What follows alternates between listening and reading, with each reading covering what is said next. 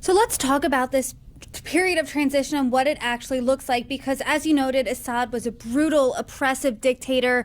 Communities were welcoming these rebels in after, their offensive. So what is this next chapter? What does that look like? What is the future of Syria?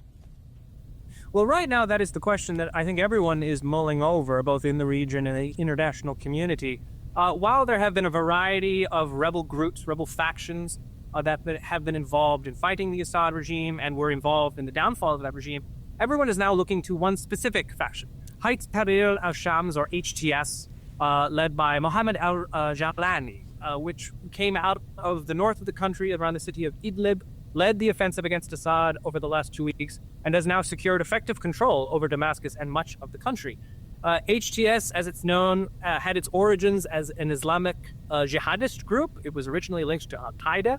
Over the last several years, its leadership, including al-Jolani, have put forward a more moderate tone. Their campaign in Syria has been marked by attempts to act kindly or gently towards various religious or ethnic minorities. HTS is not taking the kind of radical Islamic position that it has in the past. That is likely a tactical move, right? This is a group that now seeks to control Syria, seeks to put a new government in place. Whether they hold to this new moderate position or fall back on the original tenets that the group was founded on remains an open question. Actors are watching to see what kind of government emerges in Damascus and what kinds of relationships it chooses to forge, both in the region and within the multitude of groups active in Syria. To your point, I want to touch on the word moderate here, because the AP also reported back in May of 2023 that they were taking more of a moderate approach, HTS.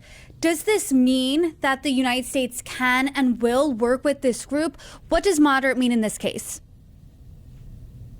Well, it is the crucial question. Is this real moderation? Is this a group that has gone back on its original, more violent, more exclusionary rhetoric and ideology? Is it willing to work to reconstruct a new, peaceful, and hopefully democratic Syria at peace with its neighbors and with itself? That, I think, is the question that the United States is focused on. Of course, the Biden administration is only in power for another 6 weeks or so and will hand off the issue to the Trump administration. It remains unclear precisely what kinds of policies the Trump administration plans on taking in Syria.